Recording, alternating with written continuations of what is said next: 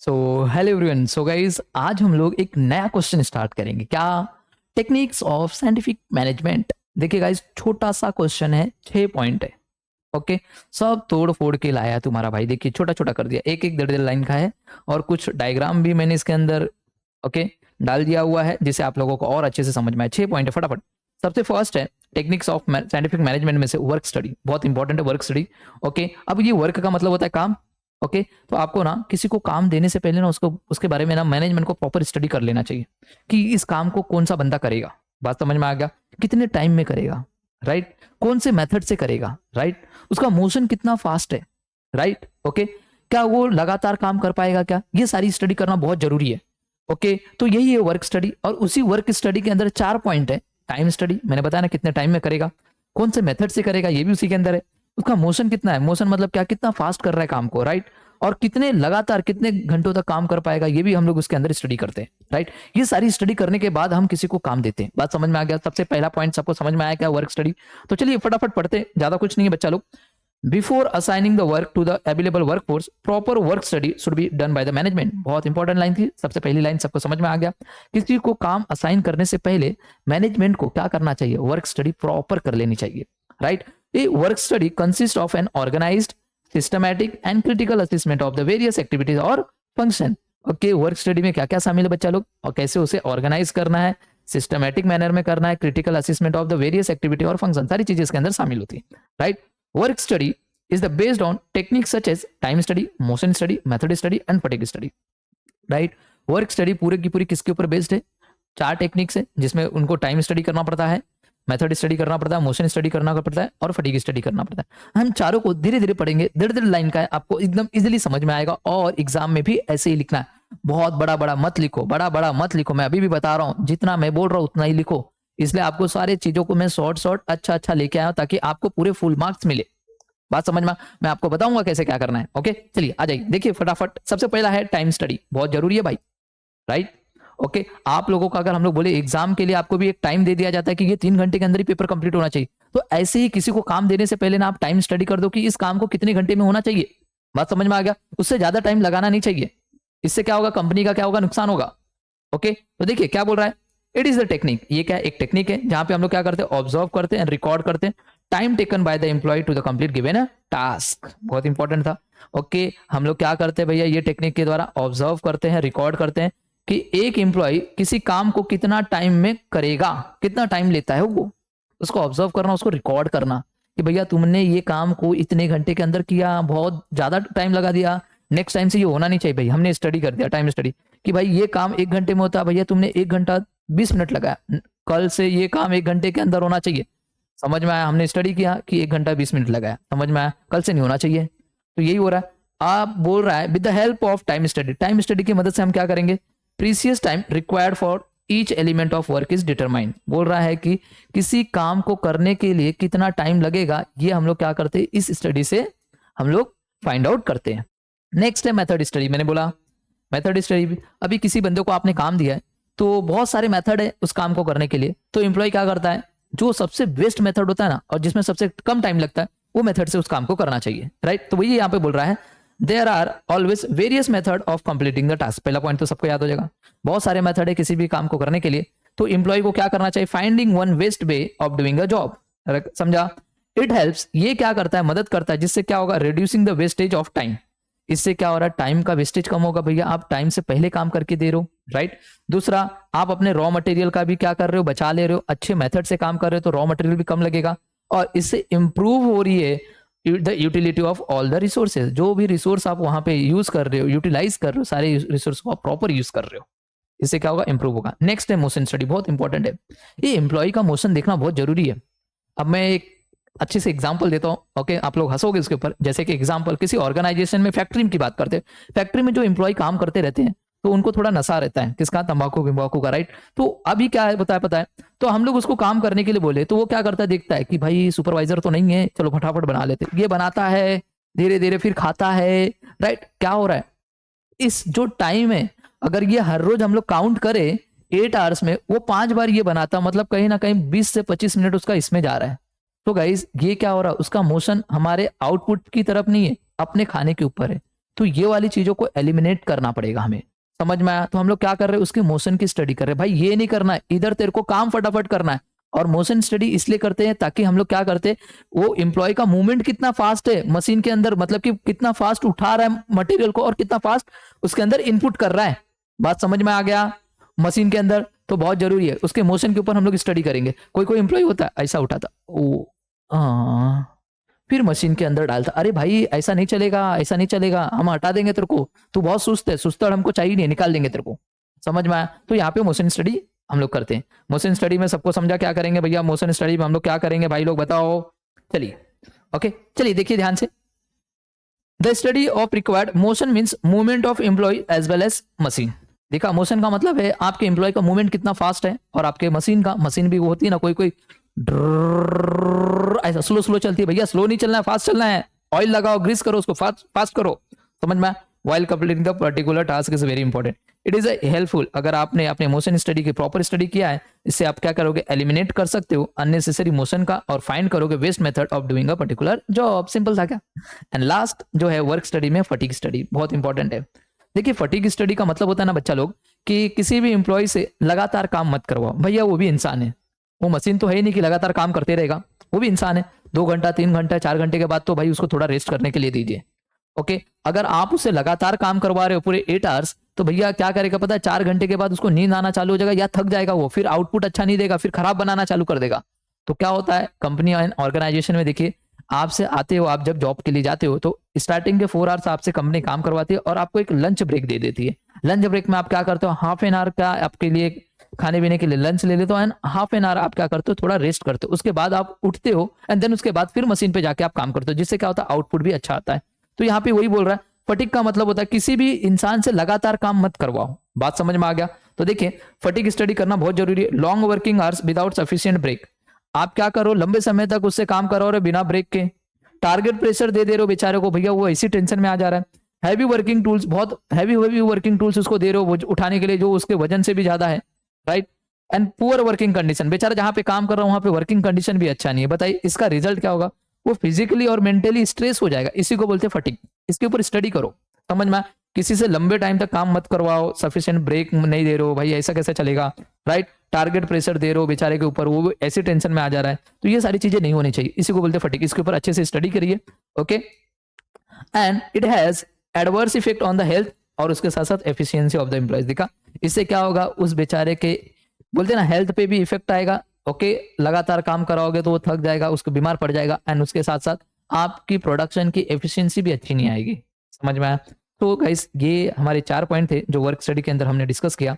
Okay, next है standardisation of tools and equipment. बहुत important है स्टैंडर्डाइजेशन, मतलब क्या भैया, टूल्स एंड इक्विपमेंट बहुत जरूरी है भैया। आपके पास जो मशीन, ओके मशीन टूल्स, उसी को बोलते हैं ना टूल्स एंड इक्विपमेंट, वो भाई कैसे होने चाहिए पता है, एकदम स्टैंडर्ड होने चाहिए, एकदम पुराने ओल्ड बिल्ड नहीं होने चाहिए। अगर ओल्ड रहेगा तो भैया आपका प्रोडक्शन होगा ना, मटेरियल भी खराब हो जाएगा और मशीन में से आउटपुट नहीं आएगा। तो वो यही बोल रहा है। दूसरा टेक्निक यही है कि भाई आप ना एकदम स्टैंडर्ड, ओके एकदम नया नया टूल्स और एकदम नया नया इक्विपमेंट आपके यहाँ पे रखो, मशीन। समझ में आया। जिससे क्या होगा, आउटपुट भी अच्छा आएगा। दिख रहा है, बोल रहा है टेलर ने advocated standardisation of tools and equipment. Taylor क्या बोलते हैं, स्टैंडर्डाइजेशन टूल्स एंड इक्विपमेंट रखना चाहिए आपके यहाँ पे। स्टैंडर्डाइजेशन मतलब working environment and method of production help to reduce the spoilage and wastage of material, cost of production, fatigue among the worker and improve the quality of work. दिख रहा है, standardise दिख रहा है, स्टैंडर्डाइज वर्किंग एनवायरनमेंट। अगर आपके organisation में standardise working environment बना रहेगा लोगों के बीच में भी, ओके आप मेथड ऑफ प्रोडक्शन, आपका दिख रहा है आपका मेथड ऑफ प्रोडक्शन भी बहुत अच्छा है। ओके, आप बहुत अच्छे अच्छे मेथड से प्रोडक्शन कर रहे हो गुड्स का, नए नए मशीन के द्वारा। इससे क्या होगा, स्पॉइलेज नुकसान कम होगा, वेस्टेज कम होगा मटेरियल का, साथ साथ आपका कॉस्ट ऑफ प्रोडक्शन खर्चा भी कम लगेगा, कॉस्ट भी कम लगेगी, राइट। और लोगों के बीच में वर्कर भी फटीग नहीं होंगे। फटीग का मतलब मैंने बताया लगातार काम मत कराना, ओके। और आपकी क्वालिटी भी क्या होगी, इंप्रूव होगी। आपको क्या करना है, आपके इक्विपमेंट और आपके टूल्स एकदम स्टैंडर्ड लेके आना है, मशीन सब स्टैंडर्ड होनी चाहिए। समझ में आया। नेक्स्ट है साइंटिफिक टास्क सेटिंग, बहुत इंपॉर्टेंट है। देखिए अभी क्या होता है, जैसे कि एक एग्जांपल लेते हैं। देखिए साइंटिफिक टास्क सेटिंग मतलब क्या, टास्क का मतलब होता है काम, ओके। आप एक काम किसी को दे रहे हो ना, वो सेट करके दो कि ये बंदा कितने टाइम में इसको करेगा, ओके। और वो भी साइंटिफिक तरीके से देना है। किसके तरीके से देना है बच्चा लोग? साइंटिफिक तरीके से। ऐसा नहीं होना चाहिए अपने अंदाजे से मत दे दो, समझ में आया? अपने अंदाजे से किसी को मत दे दो काम, समझ में आया? जैसे कि अगर आपको देखो कोई ऑर्गेनाइजेशन में होता है कि अगर हम लोग एक नॉर्मल देखे, एक बंदा एक दिन में 100 यूनिट बनाता है। कितना यूनिट बनाता है? 100 यूनिट। बात समझ में आ गया? आपने उसको बोल दिया 200 यूनिट बनाए, अरे भाई पॉसिबल ही नहीं है, 200 यूनिट तो आज तक बनाया नहीं किसी ने एक दिन में, तो आप उससे कैसे 200 यूनिट बनवा सकते हो? Right, okay. तो आपको एक साइंटिफिक तरीके से देखिए, इससे पहले किसी ने उस एक दिन में 100 यूनिट बनाया है क्या? अगर 100 यूनिट बनाया है तो आपने क्या क्या साइंटिफिक तरीका दिखाया कि इससे पहले भी बहुत लोगों ने 100 यूनिट बनाया, तो बच्चा आज का काम तेरा है, आज भी तुझे 100 यूनिट बनाना है। तो आपने क्या क्या साइंटिफिक तरीके से क्या किया? टारगेट सेट किया है, राइट। अगर वो 100 से कम बनाएगा तो आप बोलोगे कि भाई हाँ खराब किया तूने काम, समझ में आ? तो ये होना चाहिए। तो साइंटिफिक बोल रहा है टास्क सेटिंग, ओके। तो देखिए Taylor emphasised the need for fixing the fair day's work. Fair day's work होना चाहिए। मैंने बताया ना 100 अगर सब बनाते तो भाई आज तुम्हारा काम है 100 यूनिट बनाने का। ऐसा मत कर दो, अनफेयर मत करो, ये 200 बनाने का। अरे भाई पॉसिबल ही नहीं है, 200 बना ही नहीं पाएंगे बेचारे लोग, क्यों 200 बोल रहे हो उसको? समझ में? फेयर होना चाहिए डे का वर्क, राइट। आगे बोल रहा है scientific work setting is important, prevent the employees from doing the work much below their capacity. Okay, आपको प्रिवेंट करना है। जो एम्प्लॉय क्या कर रहे हैं दिख रहा है, बोल रहा है बिलो देयर कैपेसिटी, भैया वो जो काम है 100 बोला था 100 से कम कर रहे हैं, उसको प्रिवेंट करो, उनको क्या करो? दंडित करो, समझ में आया? उनकी पगार काटो, समझ में आया? आपने क्या क्या साइंटिफिक तरीके से सेट कर लिया था। साइंटिफिक तरीका क्या था? आपने देखा इससे पहले भी किसी ने, बहुत सारे लोगों ने क्या किया है, उस काम को बोलते हैं ना 100 यूनिट एक दिन में बनाए, तो आपने क्या किया? अब साइंटिफिक तरीका यही है भैया, आज भी तुझे 100 यूनिट बनाना है, क्यों? तेरे से पहले बनाए हुए। तो यहाँ पे वही बोल रहा है, अगर वो बंदा 100 यूनिट से कम बनाता है, क्या बोल रहा है? अगर वो बंदा 100 यूनिट से कम बना रहा मतलब बिलो है कैपेसिटी से, तो भैया उसको क्या करो? प्रिवेंट करो। ऐसे एम्प्लॉय को क्या करना? प्रिवेंट करना, भैया बचाओ उन लोग को, ये भाई यही ऐसा मत करे भाई, नुकसान हो रहा है कंपनी का, समझ में आया? Okay, by using this technique employ will complete the task according the standard given. Okay, इस टेक्निक के अनुसार हम लोग एम्प्लॉय को जो भी काम करवाते हैं स्टैंडर्ड के हिसाब से काम करवाना चाहिए। समझ में आया क्या? मैंने स्टैंडर्ड बता दिया ना भैया, एक दिन में 100 यूनिट बनाना है, अब बना तू, समझ में आया? नेक्स्ट है scientific selection and training, right. ये सिलेक्शन भी बहुत जरूरी है। ऑर्गेनाइजेशन में क्या होता है, क्या बहुत सारे आपने देखा रहेगा, कभी कभी ऑर्गेनाइजेशन में क्या होता है पता है क्या? ये लोग ना बोलते ना राइट पर्सन को राइट जॉब पे रखना है, ऑब्वियसली सी बात है। बताइए वॉचमैन के लिए अगर नौकरी निकली है तो वॉचमैन के यहाँ पे जो है वहां पे आप एमबीए के पर्सन को रखोगे क्या? नहीं। वो राइट पर्सन है क्या उस जॉब के लिए? नहीं। तो क्या होना चाहिए? यहाँ पे बोला साइंटिफिक तरीके से सिलेक्शन करो और उसको ट्रेनिंग दो। समझ में आया क्या? क्या होता कभी कभी ऑर्गेनाइजेशन में पता है, जैसे कि सपोज कोई ऑर्गेनाइजेशन है, ओके, उसका कोई रिलेटिव जो पढ़ा लिखा नहीं है, समझ में आया, उसको भी आप जॉब दे रहे हो और उसको जॉब पे क्या कर रहे हो? मैनेजर की पोस्ट पे बैठा रहे हो, ये गलत है। बताइए आपने साइंटिफिक तरीके से उसको सिलेक्ट किया है क्या उस काम के लिए, मैनेजर के लिए? नहीं। अब साइंटिफिक तरीका क्या है भैया? उसका इंटरव्यू लो। बात समझ में आ गया? ओके, इंटरव्यू में उसका एग्जाम्स लो, राइट। उसके नॉलेज को चेक करो, उसके स्किल्स को चेक करो, क्या वो कैपेबल है क्या मैनेजर की पोस्ट के लिए? ये साइंटिफिक तरीका। ऐसे ही नहीं किसी को भी उठा के बना दिए। ओके, तो ये बात समझ में आ गया। तो यहाँ पे टेलर जी क्या बोलते हैं? टेलर यही बोलते हैं किसी को भी आपको सिलेक्ट करना है तो साइंटिफिक तरीके से सिलेक्ट करो और उसको ट्रेनिंग दीजिए प्रॉपर। तो यहाँ पे वही बोल रहा है मैनेजमेंट कैन सिलेक्ट, अगर मैनेजमेंट किसी को सिलेक्ट करती है तो कैसा? राइट पर्सन को सिलेक्ट करो राइट जॉब के लिए by using the scientific selection procedure. Scientific selection procedure होना चाहिए। After selection management should provide the proper training programme to the increase their efficiency. एक बार सिलेक्ट करने के बाद उसको प्रॉपर ट्रेनिंग दीजिए जिससे ताकि वो क्या कर सके? आपके ऑर्गेनाइजेशन की एफिशिएंसी बढ़ा सके, इंक्रीज कर सके, राइट। आगे बात करते हैं फंक्शनल ऑर्गेनाइजेशन, बहुत इंपॉर्टेंट है functional organisation. In this concept of Taylor planning is separated from implementation. Obviously सी बात है, प्लानिंग अलग लेवल के लोग करते हैं और उस काम को करने वाले अलग लोग होते हैं, right. Planning top level management करती है और इंप्लीमेंटेशन लोअर लेवल मैनेजमेंट करती है। बात समझ में आ गया? तो देखिए that means planning is done by the different people and actual work is supervised by the different people. बहुत सिंपल सा लाइन था। ओके, प्लानिंग करने वाले लोग डिफरेंट पीपल होते हैं और उस काम को करने वाले लोग अलग होते हैं, राइट। आगे बोल रहा है दस every worker will be supervised by 2 different sets of supervisor. Okay, हर वर्कर को सुपरवाइज करने के लिए 2 डिफरेंट सेट्स ऑफ सुपरवाइजर होते हैं। बात समझ में आ गया? अब सबसे इंपॉर्टेंट लाइन बताने जा रहा हूं ऑब्जेक्टिव टाइप के लिए। He recommended total 8 foreman, underline the word 8 foreman. Okay, 8 foremen to control the various aspect of production. Okay, एक वर्कर को ना गाइस कंट्रोल करने के लिए 8 फोरमैन होते हैं। कितने फोरमैन होते हैं? 8 फोरमैन। देखिए मैं बता रहा हूं, एक होता है प्लानिंग लेवल और एक होता है बाय एट इम्प्लीमेंटेशन लेवल। बात समझ में आ गया? तो देखिए सबसे first root clerk, instruction clerk, दिख रहा है time and cost clerk, discipline clerk. बात समझ में आ गया? ओके, ये सब जो है ये सब टॉप लेवल वाले जो प्लानिंग करेंगे। ये है बोलते हैं ना लोअर लेवल मिडिल लेवल वाले। यहाँ पे है gang boss, speed box, repair boss, inspector. कौन कौन है देखिए। अभी किसी भी बंदे को देखो, कोई भी काम करवाना है आपको, तो काम करवाने के लिए सबसे पहला रूट क्लर्क होता है। ओके, ये प्लान करेगा। देखिए ये ऑफिस लिखा हुआ है, यहाँ पे फैक्ट्री लिखा हुआ दिखा, तो प्लान कहाँ पे होगा? ऑफिस में होगा। भैया फैक्ट्री में आके अपन क्या प्लान करेंगे रे बाबा? फैक्ट्री में तो काम चलेगा ना अपना। तो प्लान कौन करेगा? ऑफिस में बैठ के। तो देखिए ऑफिस में बैठ के ये हेड है, इनके सामने एक रूट क्लर्क है, यहाँ पे टाइम एंड कॉस्ट क्लर्क है, यहाँ पे इंस्ट्रक्शन क्लर्क है, यहाँ पे डिसिप्लिन क्लर्क है। ये सब प्लानिंग वाले। ओके, ये क्या करेंगे? एक बुक के ऊपर ना ढांचा बनाएंगे। क्या? स्ट्रक्चर। खाली लिखेंगे बस। ये लिखा हुआ किसको देंगे? वो फैक्ट्री वाले बॉस लोग को देंगे। ए पकड़, काम करवा के ले उनसे। तो क्या करेंगे? जैसा जैसा हमने लिखा है ऊपर वाले लोगों ने, वैसा वैसा ये क्या करेंगे? लोगों से काम करवा के लेंगे। समझ में आया? ओके, तो देखिए सबसे फर्स्ट है रूट क्लर्क। अब रूट क्लर्क का काम क्या? देखिए यहाँ पे दिख रहा है, देखो बच्चा रुक। रूट क्लर्क का काम क्या? देखो, रूट क्लर्क का काम है, दिख रहा है। रूट का मतलब क्या होता है? रास्ता, रास्ता, रास्ता, वे। तो ये क्या करेगा? रास्ता दिखाएगा। देखिए मशीन 1 में से कैसे आउटपुट निकलेगा, तो मशीन 2 पे जाएगा, मशीन 2 से निकलेगा तो मशीन 3 पे जाएगा, मशीन 3 से ये फिनिश गुड्स बनेगा, फिनिश गुड्स के बाद इसको वेयर हाउस में डालेंगे, देन उसके बाद इसको सेल करेंगे। कौन? ये कौन बताता है? Root clerk. रूट क्लर्क का काम समझा क्या है? रूट क्लर्क का काम यही है। वो आपको क्या करेगा? बुक के ऊपर क्या करेगा? मशीन 1 से जो आउटपुट निकलेगा मशीन 2 पे जाना चाहिए, मशीन 2 से निकलना वाला मशीन 3 पे, ये एक वे बताएगा। ओके, किसके ऊपर? पेज के ऊपर। दिख रहा है? ओके, इसका काम यही है। तो देखिए यहाँ पे यही लिखा हुआ है, दिख रहा है? ये आपको सिखाएगा tells how work moves from one machine to other. दिखा? इसका काम वही है, एक मशीन से दूसरे मशीन पे माल कैसे जाएगा, ये खाली ये बताएगा। ओके, अब ध्यान देना। नेक्स्ट है बच्चा लोग, दिख रहा है इंस्ट्रक्शन क्लर्क। कौन है बच्चा लोग? Instruction clerk. ये क्या करेगा? रिकॉर्ड करेगा instruction to the complete the work. Right, ये रहा इंस्ट्रक्शन। ये जनरल इंफॉर्मेशन को कलेक्ट करेगा, जनरल इंस्ट्रक्शन को क्या करेगा? कलेक्ट करेगा। यहाँ पे दिख रहा है, लिखेगा। समझ में? इसका काम यही है। नेक्स्ट है time and cost clerk. Time and cost clerk क्या करेगा? ये बंदा दिख रहा है ऑफिस के अंदर बैठ के बोलेगा, दिखाएगा कि मशीन 1 पे 5 मिनट लगना चाहिए, 15 मिनट लगना चाहिए, मशीन 2 पे 5 मिनट लगना चाहिए, मशीन 3 पे 10 मिनट लगना चाहिए, टोटल किसी भी काम को करने के लिए 30 मिनट लगना चाहिए।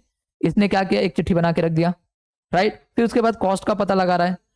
अगर कोई प्रोडक्ट बनाना है उसके लिए मटेरियल 3 रुपए पर यूनिट लगना चाहिए, वेजेस इतना, डायरेक्ट एक्सपेंस इतना, फैक्ट्री ओवरहेड्स इतना, टोटल मिला के उसकी कॉस्ट आनी चाहिए 14 रुपया, और 6 रुपए की प्रॉफिट भी बेचेंगे, टोटल सेल्स में हम लोग बेच देंगे। समझ में आया? ये कॉस्ट को भी कैलकुलेट करेगा, और ये कहां पे करेगा? एक पेज के ऊपर। और ये किसके पास रहेगा? दिख रहा है, ये सब हमारे टाइम एंड कॉस्ट क्लर्क के पास रहेगा। अब क्या होगा पता है? लास्ट एंड फाइनल, ये क्या कर रहे? दिख रहा है, ये प्लानिंग, ये सब कागज के ऊपर चल रहा है। राइट, ये सब किसके ऊपर चल रहा है? कागज के ऊपर। अब आगे नेक्स्ट है डिसिप्लिन। अब डिसिप्लिन जो होता है बंदा, वो क्या करता है? देखता है क्या कंपनी के अंदर सभी लोग फैक्ट्री के रूल्स एंड रेगुलेशन को कैसे फॉलो करना है। फैक्ट्री लॉ हो गया, फैक्ट्री के रूल्स एंड रेगुलेशन, ये सब डिसिप्लिन। भाई अनुशासन में चल रही है कि नहीं चल रही अपनी फैक्ट्री, कोई टाइम पे आता है कि नहीं आता है, देखना, ये सब है। तो ये लोग क्या किए? प्लानिंग लेवल पे बना के रख दिए। अब ये जो चार ये सब चिट्ठा पुट्ठा है ना, जो ये सब इनको देते, दिख रहा है? ये वाला जो बंदा है ना रूट क्लर्क, वो वाला इसको देगा गैंग बॉस को। दिख रहा है? ये गैंग बॉस के पास आ गया फैक्ट्री में, दिख रहा है? ये गैंग बॉस ने देख लिया, गैंग बॉस दिख रहा है, दिख रहा है? ये मशीन 1 में इधर से जाएगा बोला है, अब यहां से निकलेगा मशीन 2 में जा रहा है, देखो कलर हो रहा है। तो ये क्या देख रहा है? ये गैंग बॉस को किसने दिया? ये प्लानिंग लेवल का जो था रूट क्लर्क, उसने दिया रहेगा। यहाँ पे लिखा रहेगा मशीन 1 से निकल के मशीन 2 पे डालना है, मशीन 2 से मशीन 3 पे। दिख रहा है? ये गैंग बॉस है। समझ में आया? इसको बोलते हैं गैंग बॉस। राइट, अब उसके बाद देखिए सेकेंड, ये बंदा जो है दिख रहा है टाइम एंड कॉस्ट क्लर्क, इसने क्या किया? बोला है M1 पे 15 मिनट लगना चाहिए, M2 पे 5 मिनट, M3 पे ये वाला जो चिट्ठा है ये किसको देगा? ये वाला बंदा चिट्ठा देगा यहाँ पे, देखिए स्पीड बॉस को। दिख रहा है? स्पीड बॉस क्या करेगा? ये बंदे को काम करवाएगा। ए भाई, ऊपर से बॉस ने बोला था देख 15 मिनट में मशीन 1 पे, 15 मिनट में मशीन 1 पे। दिख रहा है? ये भड़कना है उसको, तूने मशीन 1 पे 15 मिनट से ज्यादा लगा दिया भाई। समझ में आया? तो ये क्या करेगा? ये चिट्ठा इसके पास रहेगा। समझ में आया? तो ये 15 मिनट में काम होना चाहिए मशीन 1 पे, मशीन 2 पे 10 मिनट में, जैसा जैसा टाइम है। तो ये कौन करा के देगा? स्पीड बॉस करवा के लेगा वर्कर से। नेक्स्ट है बच्चा लोग, दिख रहा है यहाँ पे रिपेयर बॉस। अब रिपेयर बॉस बहुत जरूरी है, जैसे ही मशीन खराब होगी तो एम्प्लॉय लोग रिपेयर नहीं करेंगे, उनको आता ही नहीं रहेगा मशीन, तो उनके लिए एक रिपेयर बॉस रहेगा, वो फटाफट क्या करेंगे, देखो आ रहे हैं ना रिपेयर वाले बॉस, दिख रहा है रिपेयर कर रहे हैं फटाफट, दिख रहा है ये लोग रिपेयर कर रहे हैं, तो ये होते हैं रिपेयर बॉस। एंड लास्ट है, दिख रहा है यहाँ पे इंस्पेक्टर। इंस्पेक्टर का मतलब होता है कि ये क्या करते हैं, क्वालिटी चेक करते हैं। देखो आए बंदा, देखो ये इंस्पेक्टर क्वालिटी चेक कर रहा है, देखो कुछ मशीन है इसके अंदर डाल रहा है, गोनी के अंदर, और चेक कर रहा है कि इसकी क्वालिटी क्या है, दिख रहा है, ये होता है इंस्पेक्टर। सो गाइस आपको आई होप ये भी सारी चीजें समझ में आगे रहेंगे कैसे क्या करना है, राइट। तो ये था फंक्शनल ऑर्गेनाइजेशन, सिंपल है, आपको ये कर लेना है। एंड लास्ट एंड फाइनल है बच्चा लोग, दिख रहा है differential piece rate wage plan. Okay देखिए बोल रहा है टेलर ने ये भी बताया कि वेज रेट जो है वो डिफरेंट कर दीजिए। जो वर्कर, देखिए एक एग्जांपल लेते हैं बहुत अच्छा, अगर जो वर्कर हमने सपोज एक डिसाइड किया था कि एक दिन में 100 यूनिट बनाना है, कितना यूनिट, 100 यूनिट, ओके एक दिन में बनाना है। अगर जो बंदा 1 यूनिट का, देख रहे हैं 1 यूनिट का हम 1 रुपया देंगे, समझ में आया। अगर जो बंदा 100 यूनिट तक पहुंचता है, ओके कहां पे 100 यूनिट बनाता है, राइट, तो उसको 1 रुपए के हिसाब से हम पगार दे देंगे, तो वो कितना हो जाएगा, 100 रुपया। बात समझ में आएगा। अगर कोई बंदा 100 यूनिट तक नहीं पहुंच पा रहा है, 90 यूनिट बना रहा है, भैया इसकी पगार काटो, इसकी पगार अब 1 यूनिट का 1 रुपया मत दो, ओके 1 यूनिट का आप उसको कितना दे दो, अब 50 पैसा दो, उसकी पगार काटो कि भाई तूने, तेरे को 100 बोला था, तूने 90 बनाया, मतलब तू काम चोर है, काम बराबर नहीं करता है, समझ में आया। अब तेरे को 50 पैसा दूंगा, तो बताइए 90 यूनिट का कितना मिलेगा भाई, तेरे को अब तो सिर्फ और सिर्फ 45 रुपीज मिलेगा, खुश रहे, कल से काम बराबर करेगा। अब अगर कोई बंदा है 100 बोला था बट उस बंदे ने 120 बना दिया, राइट, तो ज्यादा बना लिया, तो भाई इसको कैसा देगी कंपनी ने, इसको ना अलग तरीके से, 2 तरीके से दे सकती है, इसको पगार 2 तरीके से देगी। बोलेगी स्टार्टिंग के 100 यूनिट तक आपको 1 रुपए के हिसाब से देंगे, तो 1 रुपए के हिसाब से कितना हो जाएगा, 100 रुपया हो जाएगा। बाकी का जो 20 यूनिट आपने एक्स्ट्रा बनाया है ना बच्चा, उस 20 के लिए हम लोग 2 रुपया देंगे 1 यूनिट का, तो बताइए पर यूनिट 20 यूनिट का कितना हो जाएगा, 20 दूना 40, इस बंदे की पगार कितनी हो जाएगी, 140 रुपया, 120 यूनिट का। दिखा, स्टार्टिंग के 100 तक, स्टैंडर्ड तक का 1 रुपए के हिसाब से देंगे, स्टैंडर्ड के बाद जितना भी बढ़ाओगे उसका डबल रेट कर देंगे। ओके सो गाइस टेलर बोलते हैं ऐसा, तो यहाँ पे वही लिखा हुआ है, this system links wages and productivity. ये जो सिस्टम है आपके वेजेस से और आपकी प्रोडक्टिविटी से, दिख रहा है आपका वेजेस मतलब आपका अमाउंट, ये वेजेस है, और आपकी प्रोडक्टिविटी मतलब आपका यूनिट जितना आप बना रहे हो, राइट। यहाँ पे बोला है the standard output per day is established, दिख रहा है, ओके आपका स्टैंडर्ड आउटपुट आपको पहले बता दिया जाएगा कि एक दिन में कितना बनाना है, जैसे यहाँ पे बोल दिया 100 यूनिट, एंड इसको 2 पीस में रेट में डिवाइड किया हुआ है, ओके 2 रेट मतलब बोल रहा है higher for those who achieve up to and more than standard output, बोल रहा है उस बंदे को ज्यादा पगार दो जो बंदा इस यूनिट तक पहुंचता है, दिख रहा है 1 रुपए के हिसाब से दे रहे हैं, और हायर वाले को दिख रहा है मोर देन वाले स्टैंडर्ड आउटपुट को हायर पैसे के हिसाब से, इन दोनों को हायर मिलना चाहिए। जो अप टू मतलब 100 तक पहुंच पा रहा है उसको भी अच्छी पगार दो, और जो बंदा उसके ऊपर जा रहा है उसको अच्छी पगार दो, समझ में आया। हायर फॉर दोस्त, ओके जो 100 तक है और 100 के ऊपर है उन लोगों को क्या करो, हायर पैसा दो, समझ में आया, ओके इसीलिए उसको क्या बोलते हैं, इफिशिएंट वर्कर है। आगे बोल रहा है lower for inefficient and slow worker, दिख रहा है जो वर्कर यहाँ पे स्लो था इसको क्या करो, लोअर, इसको कम कर दो रेट, यही बोल रहा है। एफिशिएंट वर्कर को क्या करना चाहिए, रिवॉर्डेड करना चाहिए। एफिशिएंट वर्कर जो अच्छा काम कर रहा है, ये बंदा जो 120 बनाया उसको हमको रिवॉर्ड देना चाहिए, रिवॉर्ड मतलब कि भाई तू बहुत अच्छा काम कर रहा है, ऐसे काम करते रहे, समझ में आया, ओके।